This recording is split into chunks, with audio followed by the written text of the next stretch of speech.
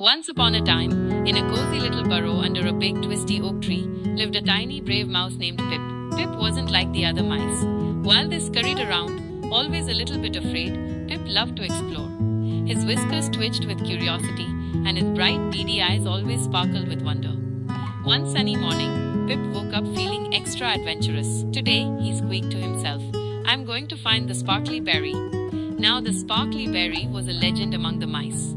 It was said to grow on the very tip-top of the tallest sunflower in the field, and it shimmered with all the colors of the rainbow.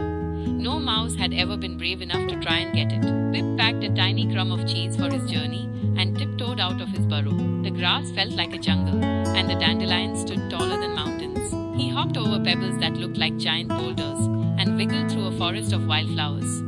Soon he saw it, the tallest sunflower in the whole field. It stretched up towards the sky, its big yellow head nodding gently in the breeze. And there, right at the very top, was a tiny glowing berry, sparkling like a fallen star. "Wow," whispered Pip, but how would he get up there?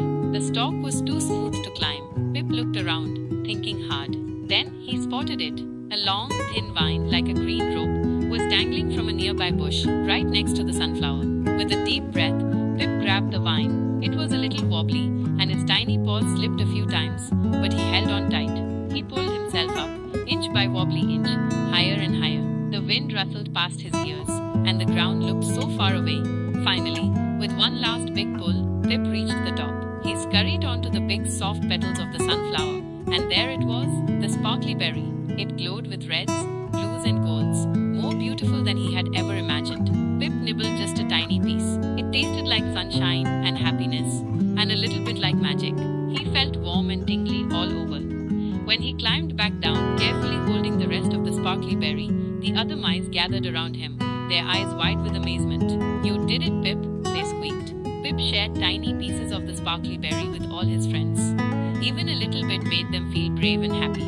From that day on, Pip was known as Pip the Brave and Happy, and he taught all the other mice that even the smallest creature can do big, amazing things if they are brave enough to try.